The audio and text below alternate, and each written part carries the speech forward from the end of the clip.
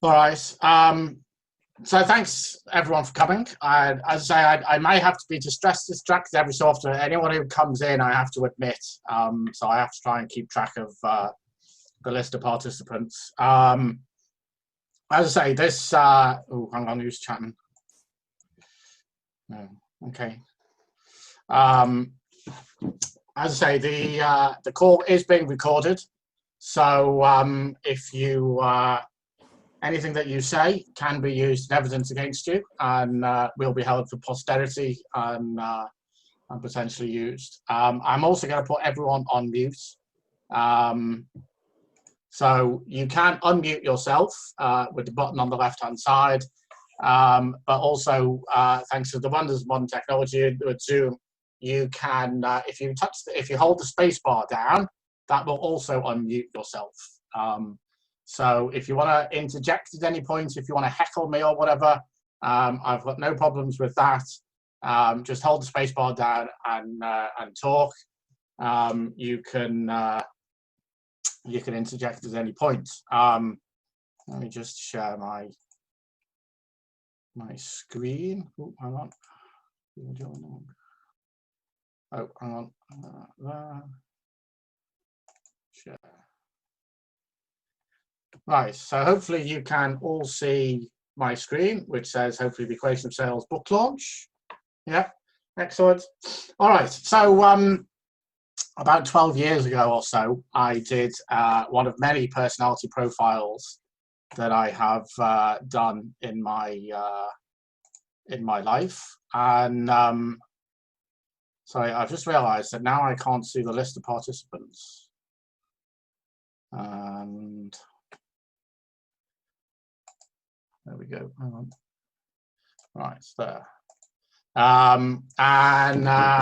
So yeah, so I did one of these personality profiles, and you answer lots of questions, and it spits out a whole load of information about you. And one of the things it said about me was that I would always know the social calendar of any group that I was in, right? Which I think really meant that I quite like to go to a party. So it was a very accurate description of me, and obviously it therefore meant that I was extremely disappointed when I couldn't have the book launch in person. It's much nicer, as we were saying just before, is that it's nice to have, actually be with people. So whilst it's nice for the people who are not located in the Southeast to be able to join, and there are people from all around the world. I had people from Kazakhstan through to Houston register. So it's nice that they can all be part of it, but it's obviously disappointing that we can't be here in person. And it's about 2 months ago, I realized that I was going to have to do it online. And at the time I was talking to somebody who runs lots of events, who said to me, well, you know what, you could be fine. He said, why don't you hire a comedian for it or something? Which I took as a slight against me, because as you can imagine, sort of, for those of you who know me, I obviously come from Liverpool, and in Liverpool we all think that we're comedians, right? We're just naturally born funny. So being told to hire a comedian is sort of, I thought, was a bit of a slight. But then I remembered that actually we have an almost award-winning comedian as part of our family. So a few years ago, my nephew was a semi-finalist in the Student Comedian of the Year award. Now, you'll appreciate that as soon as I tell you he's the semi-finalist, that means he wasn't actually a finalist. And equally, the fact that it's not like the World Cup semi-final where there's 4 teams involved. In the Student Comedian of the Year award, there's about 24 people involved. However, he is the only person who has ever been paid to tell jokes in our family. So I did try and get him involved, but not unreasonably he declined, on the principle that he hasn't sort of done anything that much recently. And equally, it's pretty difficult for people who to tell jokes over Zoom. Even for established comedians, it's quite hard to tell jokes. So he declined. So I'm afraid you have got to put up with me for the next hour or so to try and keep you entertained. So this is the agenda. I will waffle on for a little bit, talk to you about why I wrote the book.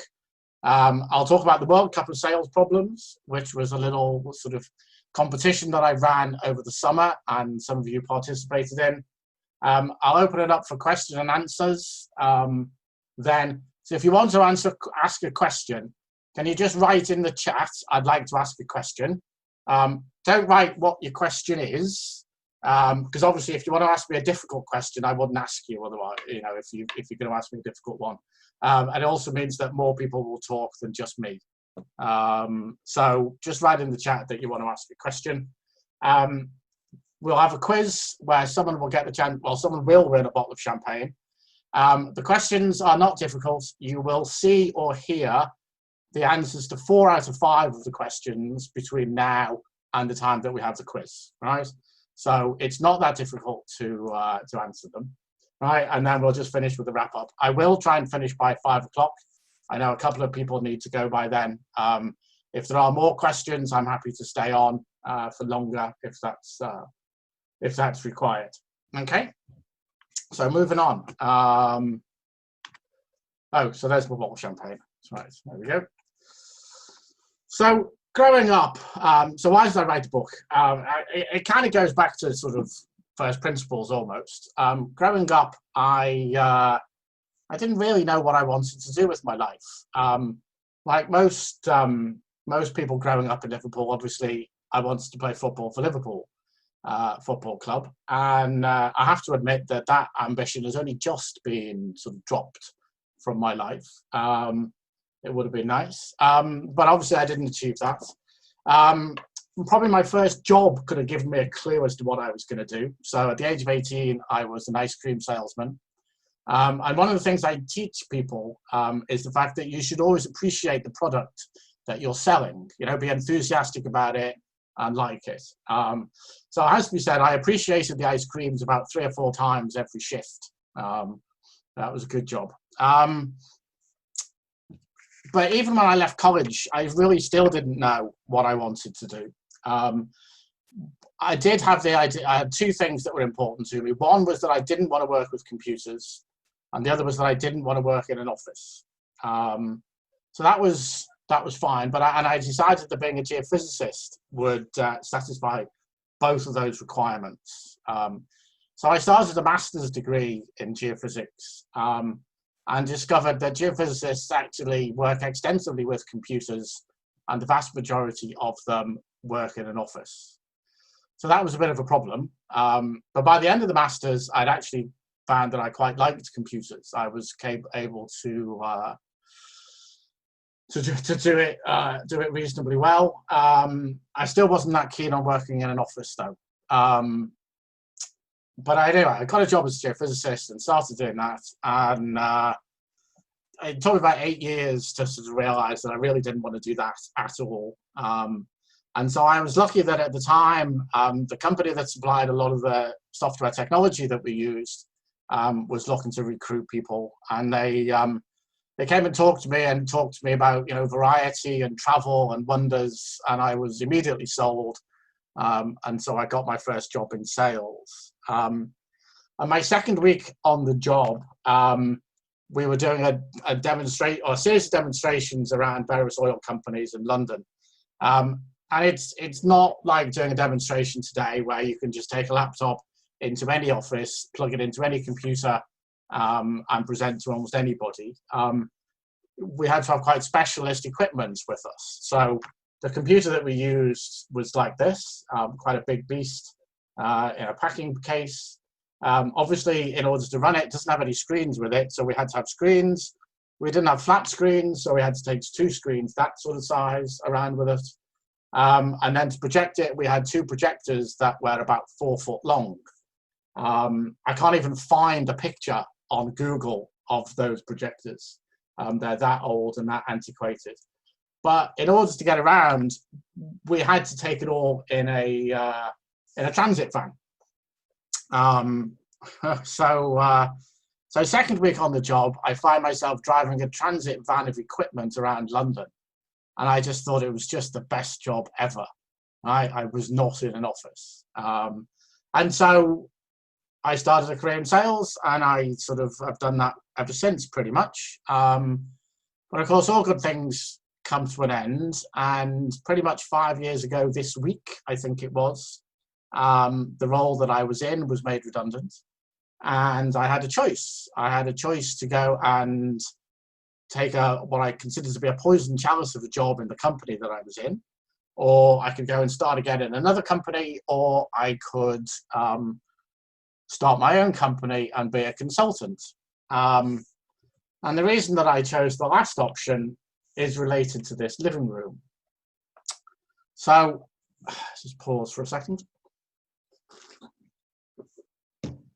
About that time, my wife and I were looking to buy a new house. She wasn't actually my wife at the time. We were going to get married. She was going to sell her house. I was going to sell mine, and we were going to buy one together. And we'd sat down with our children, and we'd come up with a list of things that were important for us in that house.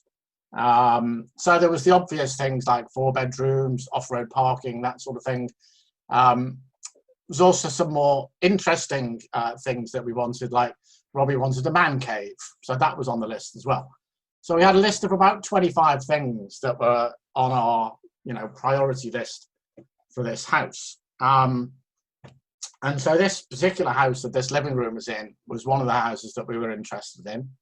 And so I got an estate agent to show me around. And so we got to the house, and the estate agent admitted to me that he'd never actually been in the house before. So he was going to show me around a house that he hadn't been in before, and he expected to try and do a good job. I'm not quite sure how he expected to do that. So we went and had a look around, and we went into the living room, and the living room was at the end of the house. And so it had windows at both the front and the back. So you can see the window at the back. There was also a window behind the sofa on the left. And so the estate agent just looks around, and he says, "Oh," he said, "this is a lovely double aspect living room." Now, we had a list of 25 things that were important to us, and double aspect living room was not one of them, right? But of course, he didn't know that because he'd never even bothered to ask me what was important to us about the house. So I was just like, an idiot, he's not really doing a very good job here. And then he looked around the room, and as I say, he'd never been in the house before. And he noticed on this wall here, there's a little window. So it's about 1 meter high, 30 centimeters wide, looking out to the side of the house. And he looked at it and he said, "Oh," he said, "there's a window here." He said, "I guess that makes it a triple aspect living room." And at that point, my head exploded, and I just couldn't deal with it any longer. I just thought, there's got to be a better way of selling than what this person's doing. And I thought, people have got to be able to sell better. And so I went down the consulting route to try and improve those things. And indeed, things that I want to say things haven't got any better. I hope the people I've worked with have got better, but there are an amazing number of people who have not got better. So this was an email that I got a couple of years ago, and it was rather, I kept it because it was just so amusing. Hulot Consulting is my company, and it's just me, right? I have no intellectual property, I have no assets, I have it's just me. So the idea that anybody's research department has identified me as a business that's sellable is utterly ridiculous, right? But they seem to think that I was. So they clearly hadn't done their research very well. And then the other thing was the fact that this guy who sent it to me was based in Manchester. Now, obviously, I'm based south of London, and with the best will in the world, that's a 4-hour journey that he's proposing to take to have a cup of coffee with me. So not a great thing to do, and people just do not get the basics right, right? And that's really what the book is about. So a very long story to get to why I've written the book. The book is about the basics of selling, really. It's for people mostly for people who are starting off, so they get the right things done. Because as I say, people are just not doing them very well. And it's written about technology mostly, partly because that's my background, and partly because actually technology is probably one of the more difficult things to sell, because there's a tendency to talk all about technology. So to sort of end this little bit, I'm gonna play the best technology demo or best technology presentation I've ever come across. It makes me laugh every time I watch it, and I hope you enjoy it. It's a guy demonstrating Rockwell Automation's retro encapsulator. So here we go. Rockwell Automation's retro encapsulator. Now basically, the only new principle involved is that instead of power being generated by the relative motion of conductors and fluxes, it's produced by the modial interaction of magneto-reluctance and capacitive directance. The original machine had a base plate of prefamulated amulite surmounted by a malleable logarithmic casing in such a way that the two spurving bearings were in a direct line with a panametric fan. The lineup consisted simply of 6 hydrocoptic Marsal vanes, so fitted to the ambifacient lunar wane shaft that side fumbling was effectively prevented. The main winding was of the normal Lotus-O deltoid type, placed in panendermic semi-boloid slots of the stator. Every 7th conductor being connected by a non-reversible Tremi pipe to the differential girdle spring on the up end of the gram meters. Moreover, whenever fluorescent score motion is required, it may also be employed in conjunction with a drawn reciprocation dingle arm to reduce sinusoidal depleneration. The retro encapsulator has now reached a high level of development, and it's being successfully used in the operation of Milford trunnions. It's available soon wherever Rockwell Automation products are sold. So, if anyone understood any of that, you're doing well. I actually think it's a spoof, which is somewhat disappointing, because it's just so full of jargon and such like. So it just demonstrates some of the issues that people have with selling. As I am trying to make a difference. Okay, so moving on. Moving on to the World Cup of sales problems. Back in when I was doing the research for the book, I sort of thought, well, what are the biggest sales problems that people have? So if you Google it, right, obviously you'll get lots of answers, but there's no consistency over what the biggest problems are. And so I thought, well, let's try and see what people think. And so the idea was, if anyone outside of the UK, this probably won't make any sense to you, but Richard Osman ran the World Cup of Biscuits a few years ago, where he got people on Twitter to vote for their favorite biscuit, but in one versus another. And then so he ran it like a round of 16, a quarterfinal, semi-final, final, to find that obviously the chocolate digestive was the best biscuit. So I thought I'd do a similar thing with sales problems and see if we could find the definitive sales problem. So the quarterfinal lineup was salesperson fails to focus enough on the customer and talks too much about their product, versus salesperson doesn't ask the right questions. So that was won by the talking too much about their own product, which is a classic thing for people to do.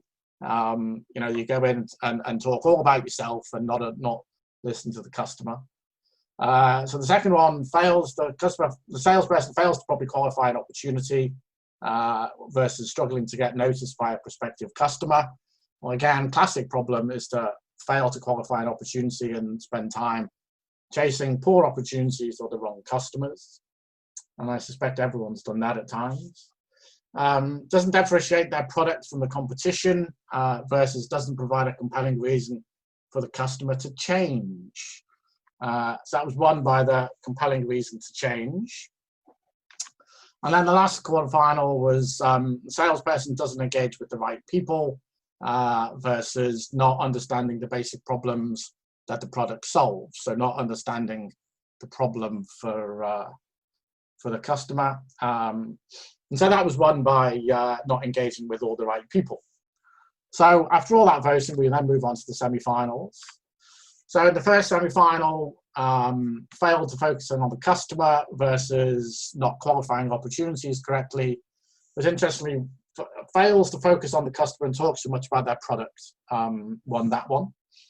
And in the second one, compelling reason for change versus the talking to the wrong people, it was not providing a compelling reason to change. So we had the final, and this was really interesting. So voting went on for about 3 days, and at one point, both answers were ahead. And I thought at one point it was almost going to go to a penalty shootout. But at the end of the day, the winner was that the salesperson doesn't provide a compelling reason for the customer to change from what they are currently doing. And it's a fundamental thing that people do not persuade somebody to change before they start to persuade them to use their products. And it's really interesting, I thought, at the end of that, because I don't think in any sales training that I have ever done that anybody has ever talked about that. And yeah, interestingly, I was on a virtual seminar yesterday where people were talking about it. But it's a really crucial thing. About half of all people are perfectly happy with what they've got. So trying to sell them something new is incredibly difficult when they're perfectly happy with what they've got. So I just thought that was quite an interesting thing. So anyway, part of the reason for that is that I then, I've got a free chapter to the book that's available on the website, and I made it all about why change. Right? So there's a whole chapter about why customers should change. And there's always got to be a compelling reason for it in order to persuade people to do something. Okay, so I am going to open it to questions. Nobody has sent, there's been lots of discussion about everyone's favourite biscuit, but I can't see anyone who's actually said that they want to ask a question. So if anyone wants to ask a question, just come off mute and ask me a question.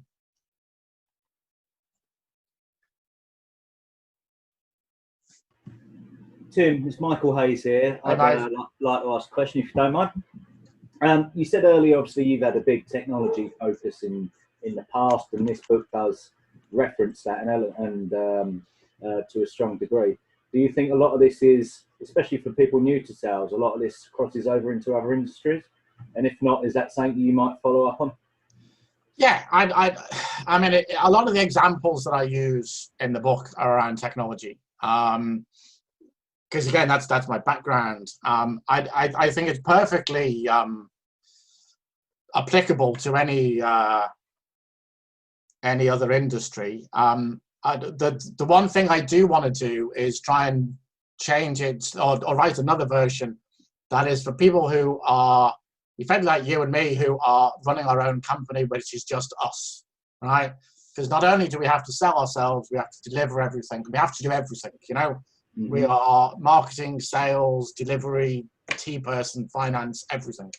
And when people set up a company like that, they do it because they've got an individual skill, and it's not generally sales.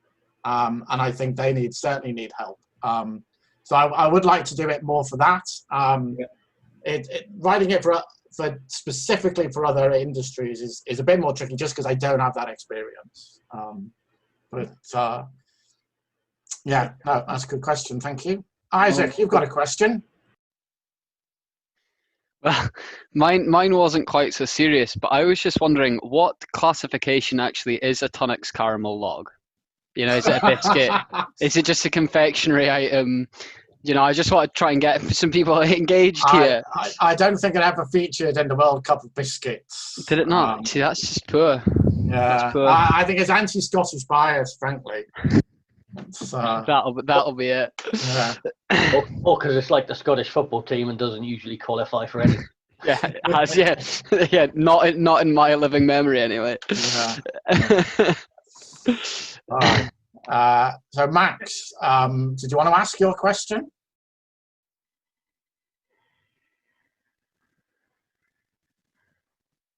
Yeah, sure.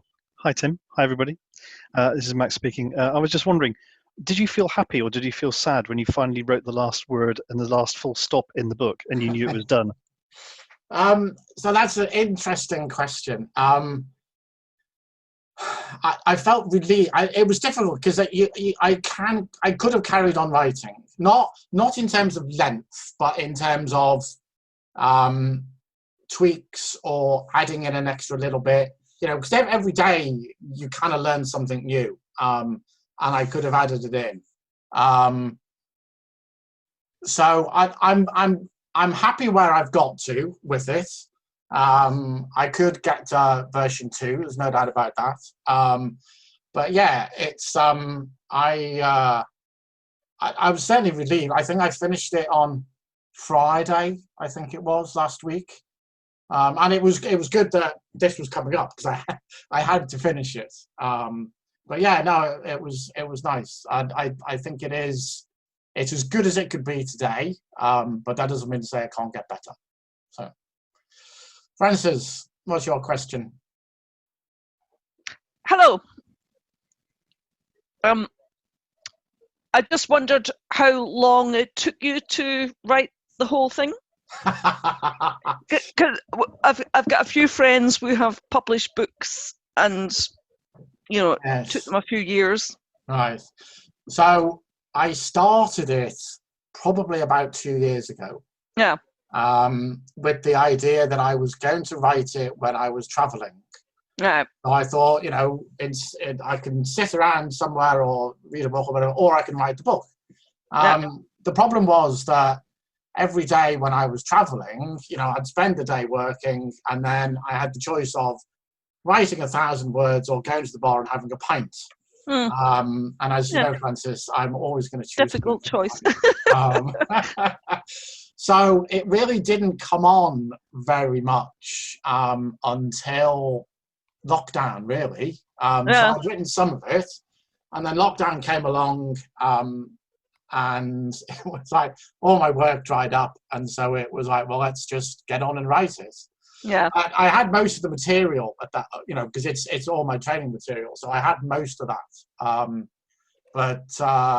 So in terms of actual writing time, it was probably 3 or 4 months of actual writing time.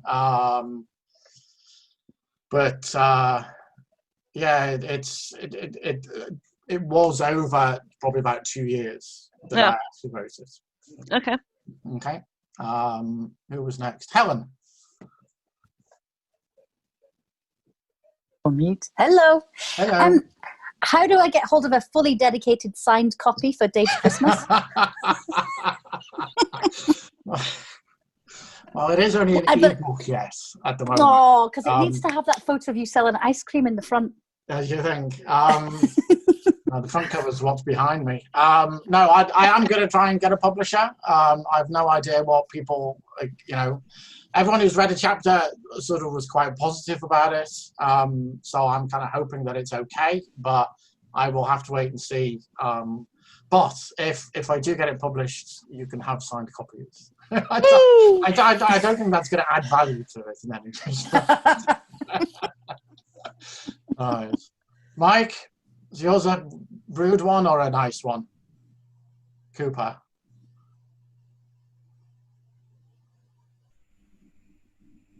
Yeah, Tim, no, my question is, if we buy your book and we fail to make sales, can we get a refund? No. Clearly didn't execute it well enough, Mike. That's... Right. Sean? Hello, everyone. Tim, my question is more around sales and personality, personality of the salesman. Because having worked for you, I know the kind of person you are. And knowing the typical salesperson's persona, they're not the same. So, so how over the course of your career have you learned to shape the sales process to fit with your personality?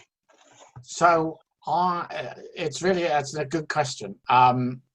I think one of the most important things to get people to buy from you is that they like you, right? Once people start to like you, they will trust you. And one of the fundamental, tenets of the book is that trust is absolutely critical to the buying process. So it is an interesting thing, and my friend Andrew on the call will probably testify that when I was at college, I wasn't liked that much because I was a stroppy Liverpudlian. But I do seem to have an ability now to get on with people, and I think that's what is important. So I can't honestly sort of push things on people that I don't think that they want. I would much rather say to people, this isn't the right thing for you, than sell them something that they don't want. Okay. Julio, what you got to say? How you doing, buddy? I'm good, thanks. How are you? Good, good. So I have a very good question for you. Can you give me a compelling reason, other than not wanting to see you lined up at the job center, that I should buy this book? So for you, Julio, I'm not sure you're gonna learn that much from it. I will be honest, right? It's not really designed for people who are, experienced salespeople. However, if you employ somebody, if you've got technical people working with you that haven't done sales training or have done a bit of sales, then I think it's a great book for them. So people starting off, people who've not done sales before, I think that it's the book for them. The way I sort of raised it in the introduction is I said it's not the only sales book you'll ever want to read, but it should be the first sales book you want to read. So to be clear, it's more of it's not so much a sales system. It's just more of a kind of a theoretical. These are the important aspects of selling and what you need to keep in mind. Yeah, it's the practical things that you need to do. So I've been very lucky that I've got lots of sales training over the years, but it's been very piecemeal and never a joined up whole thing. And I don't think a lot of the stuff that I've got in there, I don't think is ever been covered. So like I said about the why change thing, never ever talked about in sales. And yeah, lots of people they'll go in and see a customer and they'll talk all about their product, but the customer's already got something that does that, right? And until you've persuaded them to change what they're doing, they're never going to buy your product. Right, Andy Gallagher. Hi, Tim. So my question is, and I think you've got a few topics from some of the questions there. What's the next book going to be about? Well, as I say, I think it's going to be for the single person running a business. As I say, all those people start it because they've got a skill, and that skill is generally not sales. And I think that's people who need the most help almost in selling. And it's, you can't get that from, you can go on public training courses, but an awful lot of public training is theoretical and general, right? Whereas what I always do, I always take what it is that you're selling and we work on that. Because and that's why there's an accompanying workbook with it, so that you can sort of apply the theory to what you're selling, because it just doesn't work unless you apply it to what you're doing, which most sales courses don't cover. So, Helen Kerr. Helen, you're on mute. I'm getting there. There we go. I've got my button now. Nice to hear you chat away about it again, Tim, having attended your course at the PSUB. It's interesting to see you've taken it to the next stage. I'm wondering what you think about the generational differences in our sector, in our industry at the minute, and selling to people who are up and coming, who have a very different perspective, who wouldn't buy a book, for instance? Are you going to have a blog or a series of webinars? Or So I have a blog. So on the website, there's lots of stuff out there. Obviously, the book is an ebook, so it goes on tablets and such like. I think it's interesting selling to younger people, and I think potentially COVID has sort of changed a lot of that, because we've got to do everything remotely now, and I'm somewhat against online training and canned training, because I don't think it focuses on what you need, or it doesn't focus on the specifics of what you've got. It's general. But I think that's the way young people are consuming things now. And so I think, a lot of what we've got to do is make it easy for them to consume things, which means having videos of what you do, having things on Facebook, having things on YouTube or whatever. So I think it is changing what you do, and I think COVID has brought that quicker, I think. Okay. Michael, obviously the answer is Liverpool winning the league. Who else? Phil, you got a question? Yes, Tim, actually I've got two. The first one is, have you still got a Silicon Graphics Octane box? No, I just found a picture of that online. What a pity. What a pity. That's a collector's item. Yeah, I can imagine. But the serious question, in the world that we're working in these days, the push is to sell a subscription rather than a perpetual license to a product. So have you given any thought to how you might make your offering a subscription offering with a continuous revenue stream? I have got a plan to do what I'm calling a drop-in training. So on a Friday, and I've got a slide about it towards the end, it's you can just come and join an hour's worth of training. And you basically pay a month up front and join it that way, rather than taking 2 or 3 days out to do training. So sort of trying to make it easy for people to consume. So yeah, it's I hadn't sort of thought about it like that in terms of a subscription license, but that's effectively what it is. Because you were talking with Helen a second ago about the idea of the blog and everything. So maybe you could find a way of charging something for the book and then charging something a little bit extra for some continuous access to some higher grade material than you would put in your normal blog. Just something that they'll pay a little bit extra for.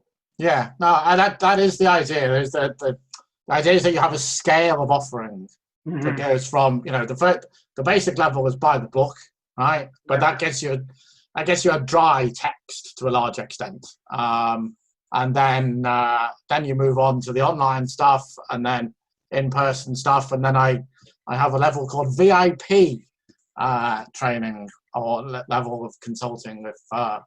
If anyone wants to talk about that, we can do that. Right, Alan. Well, I'm impressed by what you've achieved anyway. You've done well. Thank you. Yes. Alan Ruddock, does you have a question? I do, Tim. I don't know if you can hear me. I'm actually out walking, so I've been on mute and I'm not watching the video stream. But I have to say the video of the sales pitch was even more hilarious. I think just hearing the sound rather than seeing the yeah, it is. You don't see much at the same time. Don't see much. Yeah, it was absolutely hilarious. You've sort of addressed the first question I had, which was about your process of writing the book. Did you involve others in being editors, etc.? And you said that each person had read a chapter or something, so you did get input to it. So I was going to ask you about that. But then the other question I was going to ask you is, are salesmen born, or can they be made? Okay. So in terms of reviewing the book, again, this comes up in the thanks at the end. So Robbie read it to make sure there was no duplication of stories, because I'd written it over such a long time. I couldn't remember what I'd written at the start. sort of by the end. Then I got a bunch of people to read a chapter each to see what they thought. And then a couple of people read the whole thing to sort of to get feedback on that. So yeah, I wanted to make sure I wasn't writing garbage before I sort of took it any further. Do I think salespeople are born or are they taught? I think some people's personalities are more suited to sales. I think you've got to be fairly outgoing and happy to talk to people. Not everybody is, but I think the skills that are required need to be taught. I don't think anyone naturally does that. I quote The Apprentice in the book. I'm sure you're aware of The Apprentice, not least because of the original person on The Apprentice in America being rather in the news these days. But they, all the people on there, they're very good at badgering people to buy stuff. I'm not entirely convinced they're always great salespeople. They have the gift of the gab and almost batter people into sort of buying. I think, once you get into technical side of things, you need to have some skills. But I do think you need to enjoy going out and talking to people. I don't think you can do it any other way. So, okay. All right. In the interest of time, because I know some people have got to leave, I will finish the question and answer there. If anyone wants to stay on at the end, I'm more than happy to carry on chatting. All right. So the quiz, right? So you have an opportunity to win a bottle of Veuve Clicquot Yellow Label. You need to email me your answers before 9 o'clock tomorrow morning. Okay. And I will look at them all then and decide on who has won. Sorry, I should say that whoever wins is because you answered the questions rightly. I'm not just going to pick somebody at random. Okay, so you might want to write down the answers as you think about them. Okay, so the question 1, I showed you a picture of me kicking a football at the start of the presentation. Which foot was I using to kick the ball?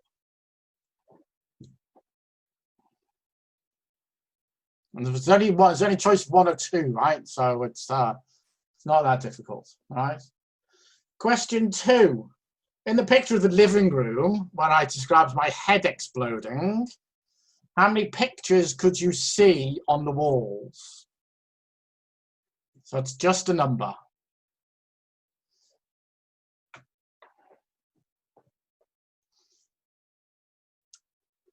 Question 3. What was the name of the machine that the man from Rockwell Automation was demonstrating?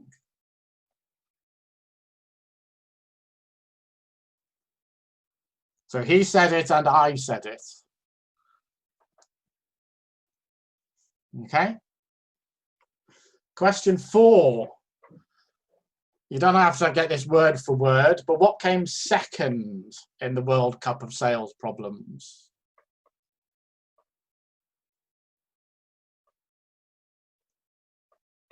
Anyone who's clever enough and is bothered, I did write a blog about this, so well, I will say no more. Right, so all those questions you should have seen between over the course of the presentation. So if people have got 4 out of 4, I needed a tiebreaker to decide who was going to win. So question 5 is, how many words are there in the main book? So there's 3 supplementary books. How many questions are there in the main book? The person who gets closest will win.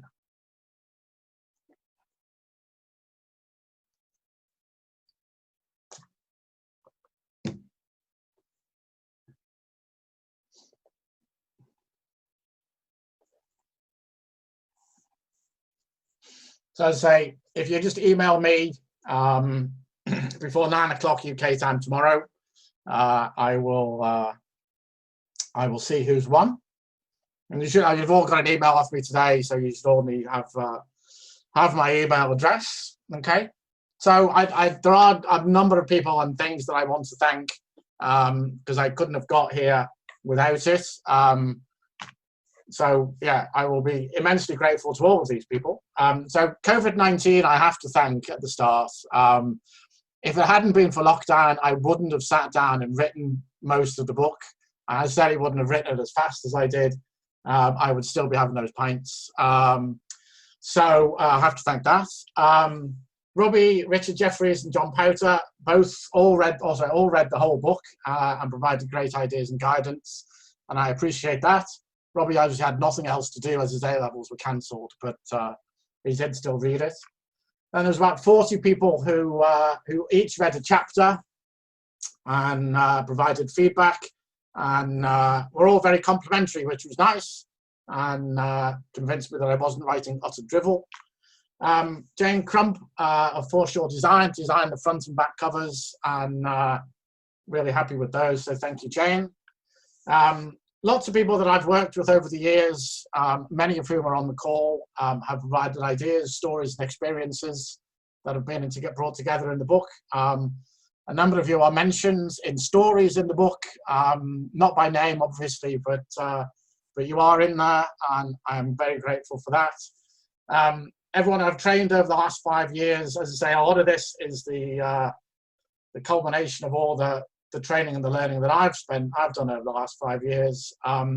That's helped me a lot as well. And obviously their management for trusting me to train their teams. And obviously my family for never telling me to go and get a proper job and allowing me indulging me to continue to run a company. So if you want to buy the book, as I say, there are 4 books. So The Equation of Sales is the main book. And then there was an awful lot on presentation skills and negotiations. So I took those out into 2 separate books. And then there's an examples and workbook. So I've created a fictional technology company. So there's a whole series of examples for all the exercises, so you can see what it is that person does, and then sort of work through those examples yourself. So all those things, obviously that's 30 quid altogether. You can buy them all for 25 quid if you wanted, but there's also a code that you can use in the next 7 days to buy all of those for just £10. I will send you all that. I will send everyone who's been on the call a code, rather than putting it in the recording, because obviously I'm gonna put the recording on YouTube because a number of people wanted to see it afterwards. If they can't be on the call, then they're not getting the cheap code. So I will send you the code. I obviously would appreciate it if you didn't give the book to anyone else. It's an ebook. I know it's easy to send to other people, but I'd appreciate it if you didn't give it to anyone else. If you want to buy multiple copies, you know, I'm quite happy to give a discount for that. I'd be very grateful if you recommended it to other people. If you think someone else would benefit from it, please tell them. When you order it, there's a box that pops up that says, did someone recommend this to you? If they fill your name in, or if 5 people fill your name in for recommendations, you'll get a nice gift. For the people in the UK, that's a box of brownies that come from my niece who makes them. My daughter, who is an exquisite taster of brownies, she's very experienced in tasting brownies. She says they're some of the nicest brownies she's ever had. So you will get a box of those through the post for every 5 recommendations that you receive. I've also created a LinkedIn group that's called The Equation of Sales. It's not designed for people to sell. It's designed for people to go and put in their problems, and that other people will then sort of provide or suggest answers. So it's like a self-help group. So please go and join that if you'd like to. I have to approve you to join it. I can't do it any other way. Yeah, so it's on there. You can just go and find it on LinkedIn. It's just called The Equation of Sales. And then I didn't prompt Phil to ask me this question. I did prompt other people to ask me questions, but not this one. But this is going to start from January. So taster sessions, just to get people used to doing online training, and then there will be paid sessions. So you can attend 4 taster sessions for free, and then if you want to sign up, you can run. I will be running these training sessions. There's a maximum of 4 people in any one of them, because I want to make sure that people who sign up actually get some attention, rather than having 20 people on there and then you can't really talk to everyone. And that's it. Thank you all very much. I know some people have already dropped off. It's nearly 5 o'clock. I'm happy to stay on for as long as anyone wants to chat. But thank you all for coming. Really appreciate everything that everyone's done for me up to now, and happy to chat to anyone else who wants to chat. I will unmute you all.